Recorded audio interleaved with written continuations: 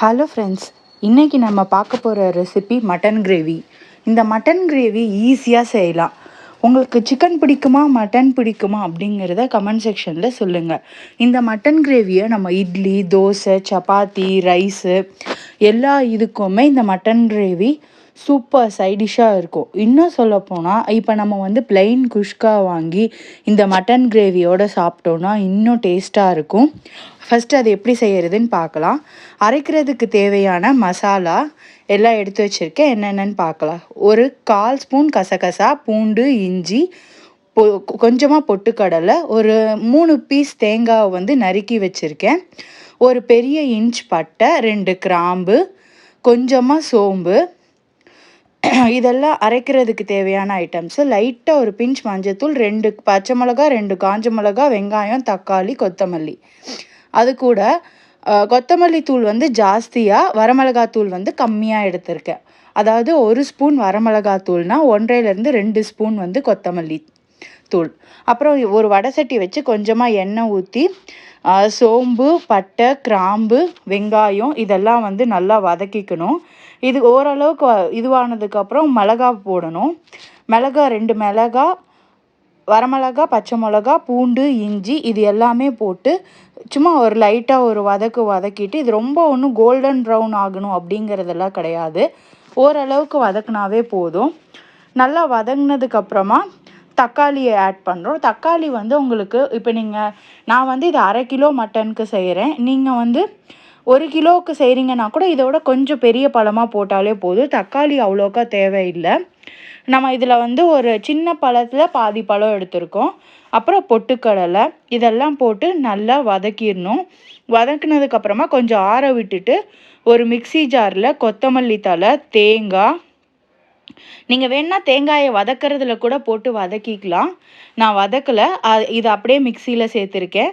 அதுக்கப்புறமா அது ஆறின உடனேயும் அதையும் தூக்கி மிக்சியில் போட்டுடணும். மிக்சியில் போட்டுட்டு இந்த மாதிரி பேஸ்ட்டாக அரைச்சி எடுத்து வச்சிடலாம். அடுத்து தாளிக்கிறதுக்காக எடுத்து வச்சுருக்கேன் வெங்காயம், கொஞ்சம் ஃப்ளேவருக்காக புதினா, கொத்தமல்லி, கருவேப்பிலை இதெல்லாம். அப்புறம் 1/2 கிலோ மட்டன். ஓகே, 1/2 கிலோவுக்கு கொஞ்சம் கூட இருக்குது. அந்த மட்டன் எடுத்து வச்சுருக்கேன். அப்புறம் தாளிக்கிறதுக்கு தேவையான அளவுக்கு எண்ணெய். மட்டன் செய்கிறதுக்கு ரொம்பவே கம்மியாக தான் எண்ணெய் தேவை. ஏன்னா மட்டன்லேருந்தே உங்களுக்கு எண்ணெய் வரும். அதனால் கொஞ்சம் கம்மியாக எண்ணெய் ஊற்றிட்டு ஒரு குக்கர் வச்சுக்கோங்க. குக்கரில் கம்மியாகவே எண்ணெய் ஊற்றுங்க, ஜாஸ்தி எண்ணெய் வேணாம் மட்டன் பொறுத்த வரைக்கும். அதுக்கப்புறமா நம்ம என்ன பண்ணணும்னா, நம்ம கழுவி எடுத்து வச்சுருக்கிற மட்டன் அதை ரெடி பண்ணிக்கணும். உப்பு மஞ்சத்தூள் போட்டு கழுவிக்கலாம். அப்புறம் எண்ணெய் ஊற்றிட்டு வெங்காயத்தை போட்டு வெங்காயம் நல்லா வதங்கின உடனேயும் கருவேப்பிலையும் போட்டு நல்லா வதக்கணும். வதங்கினதுக்கப்புறமா மட்டன் ஆட் பண்ணுறோம். மட்டன் ஆட் பண்ணிவிட்டு மட்டன் கொஞ்சம் நல்லா ஃப்ளேவராக வரணும் அப்படிங்கிறதுக்காக நம்ம இதுலேயே ஒரு இது கொஞ்சம் உப்பு ஆட் பண்ணிவிட்டு, உப்பு நல்லா கறியில் பிடிக்கணும், அதனால் உப்பு ஆட் பண்ணுறோம். அப்புறம் கொஞ்சம் போல் மல்லித்தழை, அப்புறம் புதினா தழை இது 2யும் சேர்த்து இப்போயே ஆட் பண்ணிக்கலாம்.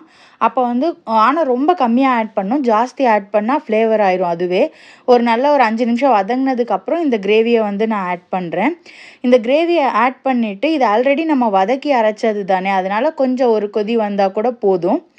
அதுக்கப்புறமா தண்ணி உங்களுக்கு தேவையான அளவு கன்சிஸ்டன்சி பார்த்து சேர்த்துக்கோங்க.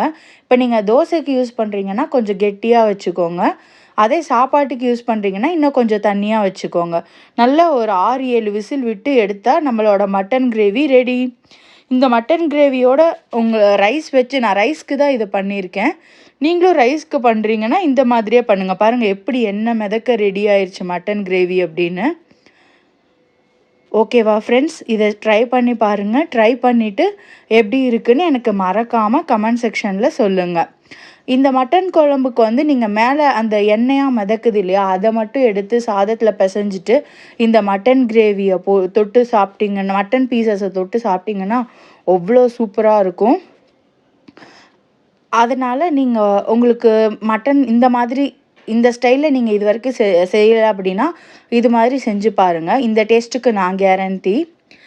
Thank you friends. Do like, share and subscribe to my channel. Bye.